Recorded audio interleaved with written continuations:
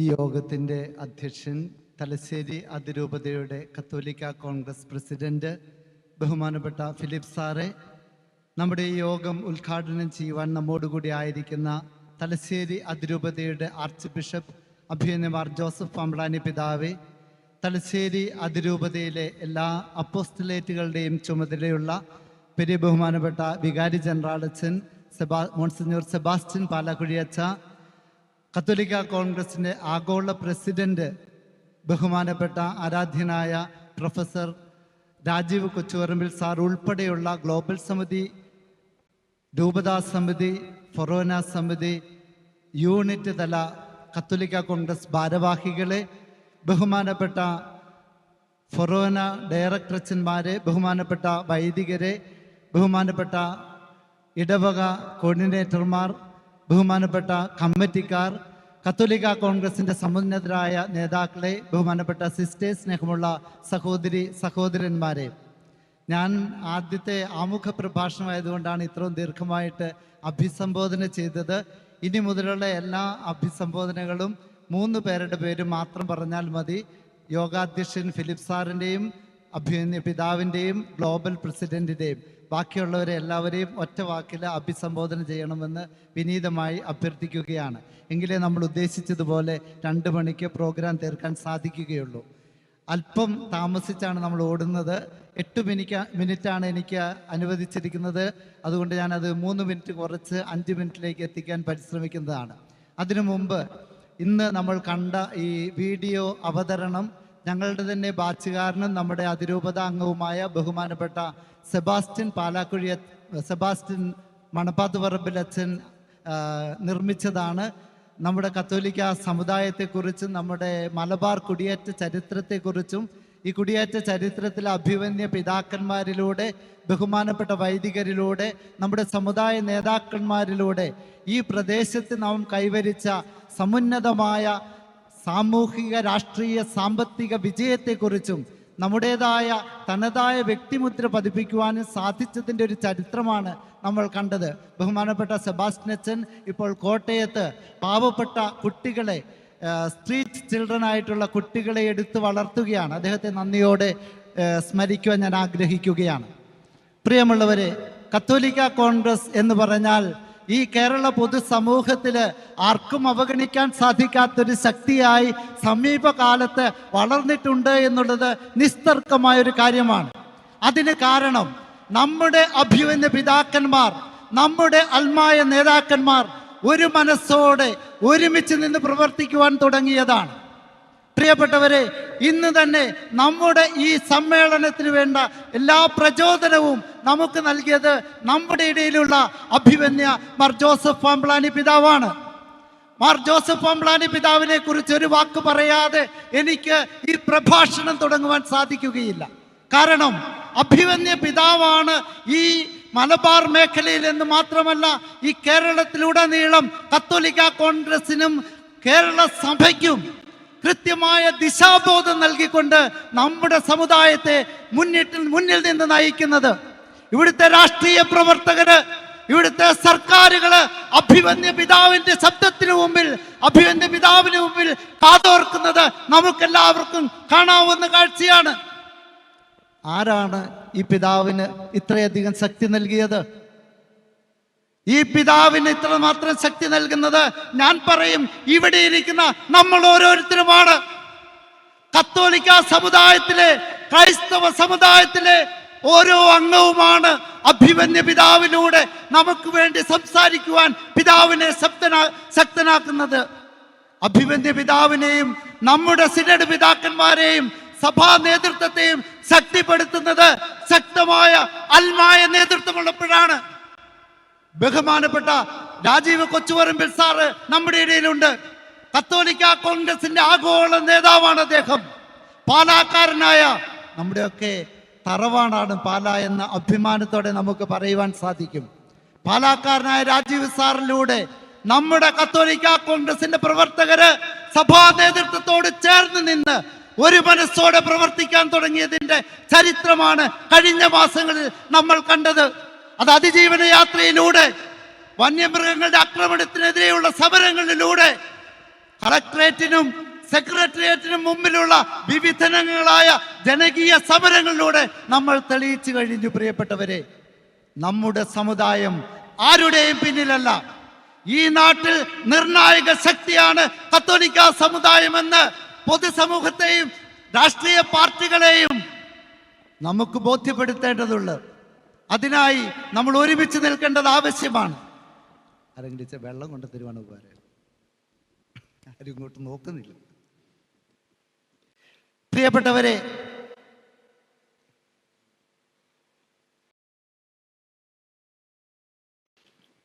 ഈ കഴിഞ്ഞ കാലങ്ങളില് വിവിധ കാരണങ്ങൾ പറഞ്ഞ് ക്രൈസ്തവ സമുദായത്തെ അവഗണിക്കുന്ന ഒരു രീതി മാറി മാറി വന്ന സർക്കാരുകൾ പിന്തുടർന്നു എന്നത് സംശയലേശമെന്നെ നമുക്ക് മനസ്സിലാക്കാൻ സാധിക്കും. അതിനൊരു മാറ്റം വന്നത് നമ്മുടെ അഭിവന്യ പാമ്പളാനി പിതാവ് കത്തോലിക്ക കോൺഗ്രസ് സംഘടിപ്പിച്ച ആലക്കോട് വെച്ച് നടത്തിയ ബഹുജന റാലിയിലും സമ്മേളനത്തിലും വെച്ച് കർഷക വിഷയങ്ങൾ ഒന്നൊന്നായി എണ്ണി പറഞ്ഞുകൊണ്ട് സർക്കാരുകളോട് ആവശ്യപ്പെട്ടപ്പോഴാണ്. റബ്ബർ കർഷകന് വിലയില്ലാതെ കഷ്ടപ്പെടുന്നതിന്റെ നേർക്കാഴ്ച അവതരിപ്പിച്ചുകൊണ്ട് അഭിവന്യ പിതാവ് പറഞ്ഞു, 300 രൂപ ആര് ഞങ്ങൾക്ക് തരുന്നോ അവരെ ഞങ്ങൾ സഹായിക്കുമെന്ന്. പ്രിയപ്പെട്ടവരെ, അതൊരു തുടക്കത്തിന്റെ നന്ദിയായിരുന്നു. എന്ത് തുടക്കത്തിന്റെയാണ്? കത്തോലിക്ക സമുദായത്തിലുള്ളവര്, ക്രൈസ്തവര്, കർഷകര് നട്ടെല്ല് നിവർത്തി നിന്നുകൊണ്ട് ഗവൺമെന്റുകളോട് ആർജവത്തോടെ ആവശ്യപ്പെടുവാനുള്ള ശക്തി ആർജിച്ചു എന്നാണ് അഭിവന്യ പിതാവ് അവിടെ തെളിയിച്ചത്. പ്രിയപ്പെട്ടവരെ, തുടർന്ന് എന്ത് സംഭവിച്ചെന്ന് നമുക്കറിയാം. 140, 130 വരെ വില കുറഞ്ഞു പോയ റബ്ബറിന് ഇവിടുത്തെ സർക്കാർ 200 മുകളിൽ വില തരുവാൻ നിർബന്ധിതരായി. ആരുടെ വാക്കുമൂലമാണ്? നമ്മുടെ പിതാവിന്റെ വാക്കുമൂലമാണ്. നമുക്കൊരു കൈയടി കൊടുത്ത് അഭിവന്യ പിതാവിനെ പ്രോത്സാഹിപ്പിക്കാം. പ്രിയപ്പെട്ടവരെ, രാഷ്ട്രീയ രംഗത്ത് മാത്രമല്ല, ആധ്യാത്മിക രംഗത്തും നമ്മളെ നയിക്കുവാൻ കരുത്തനായ പിതാവാണ് നമ്മുടെ പിതാവ്. എറണാകുളം അതിരൂപതയിലെ സങ്കീർണമായ പ്രശ്നങ്ങൾക്ക് കേരള സഭ, എന്തിന് വത്തിക്കാൻ പോലും ഇപ്പോൾ നോക്കുന്നത് അഭിവന്യ പാമ്പളാനി പിതാവിനെ തന്നെയാണ്. അഭിവന്യ പിതാവിനോട് എറണാകുളം അങ്കമാലി പ്രശ്നത്തിന് ദൈവം ആഗ്രഹിക്കുന്ന വിധത്തിലുള്ള ഒരു പരിഹാരം ഉണ്ടാകുവാൻ നമ്മൾ ഒരുമിച്ച് പ്രാർത്ഥിക്കണം. അഭിവന്യ പിതാവിന്റെ കരങ്ങൾക്ക് നമ്മൾ ശക്തി നൽകണം. മോശയുടെ കരങ്ങൾ ഉയർന്നു നിന്നപ്പോൾ ഇസ്രായേൽക്കാർ വിജയിച്ചു എന്ന് പഴയ നിയമത്തിൽ നമ്മൾ കണ്ടിട്ടുണ്ട്. കഴിഞ്ഞ 2 ദിവസങ്ങൾക്ക് മുമ്പ് പെരിയ ബഹുമാനപ്പെട്ട ജനറാളച്ചന്റെയും ബഹുമാനപ്പെട്ട ചാൻസലറച്ചന്റെയും നേതൃത്വത്തിൽ ഒരു കൂട്ടം വൈദികർ നമ്മുടെ മദർ ഹോം ധ്യാന കേന്ദ്രത്തിൽ രാത്രി മുഴുവൻ ഇരുന്ന് കൈകൾ ഉയർത്തിപ്പിടിച്ച് കരുണക്കൊന്ത ചൊല്ലി പ്രാർത്ഥിച്ചു.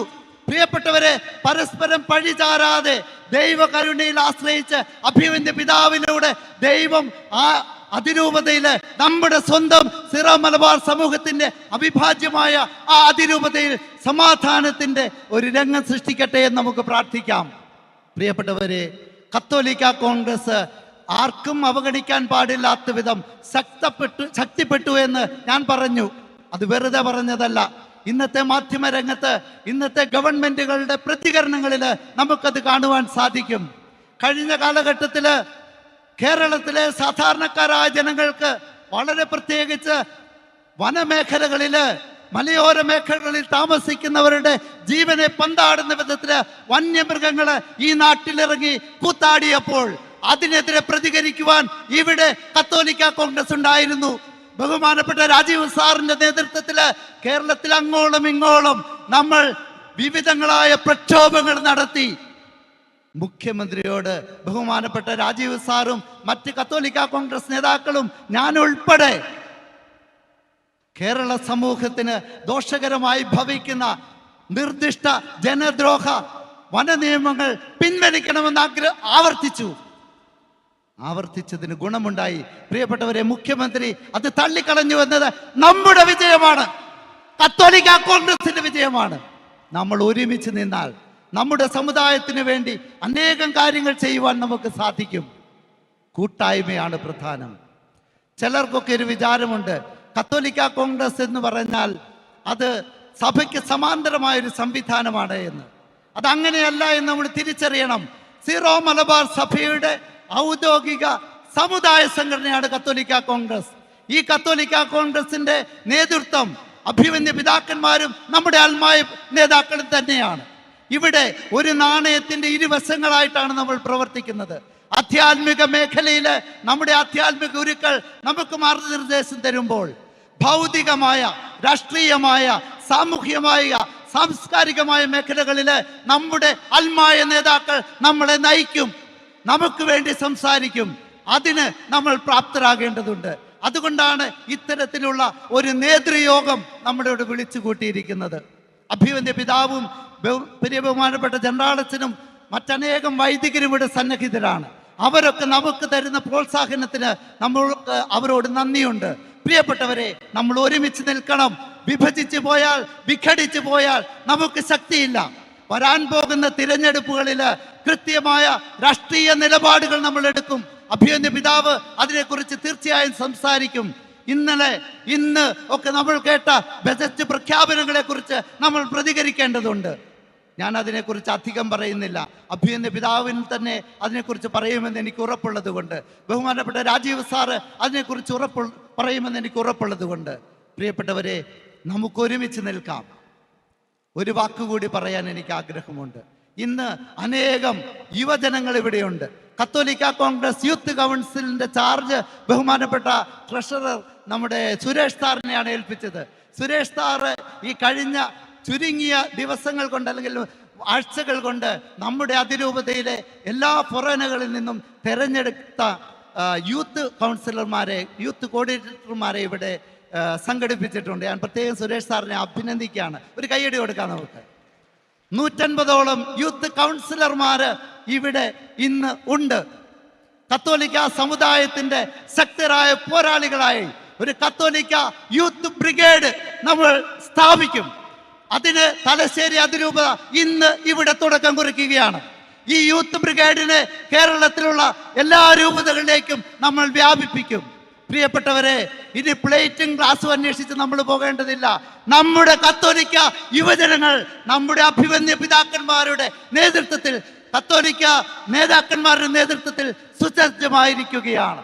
ഇനി മുതൽ ഓരോ ഇഞ്ചും ഓരോ നിമിഷവും നമ്മൾ ഒരുമിച്ച് ആലോചിച്ച് ധീരമായി ചുവടുകപ്പുകളിലൂടെ ഈ കത്തോലിക്ക സമുദായത്തെ പുരോഗതിയിൽ നിന്ന് പുരോഗതിയിലേക്ക് നയിക്കുമെന്ന് പ്രതിജ്ഞ ചെയ്തുകൊണ്ട് ഈ സമ്മേളനത്തിന് എല്ലാവിധ ആശംസകളും അർപ്പിച്ചുകൊണ്ട് നിർത്തുന്നു. ജയ് കത്തോലിക്ക കോൺഗ്രസ്.